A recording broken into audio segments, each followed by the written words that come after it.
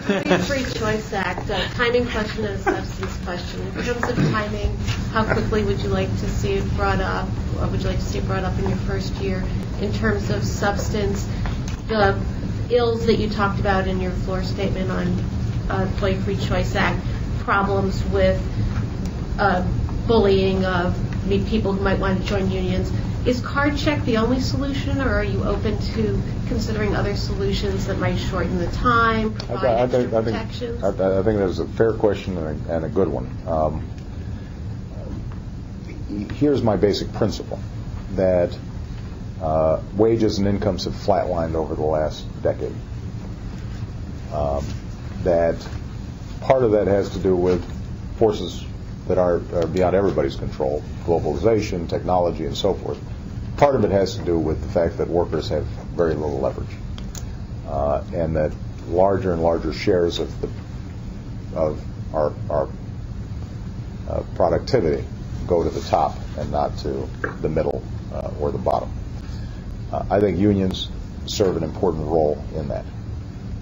And I think that the way the Bush administration managed the Department of Labor, the NLRB, and a host of other aspects of labor management relations put the thumb too heavily against unions.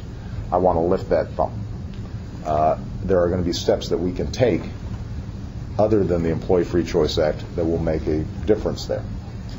I think the basic principle of making it easier and fairer for workers who want to join a union is important.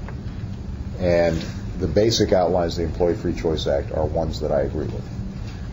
But I will certainly listen to all parties involved, including from labor and from the business community, which I know considers this the devil incarnate.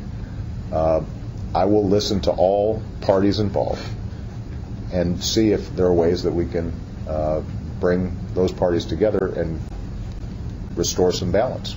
Now, if the business community's argument against the Employee Free Choice Act is simply that this will make it easier for people to join unions, and we think that's damaging to the economy, then they probably won't get too far with me.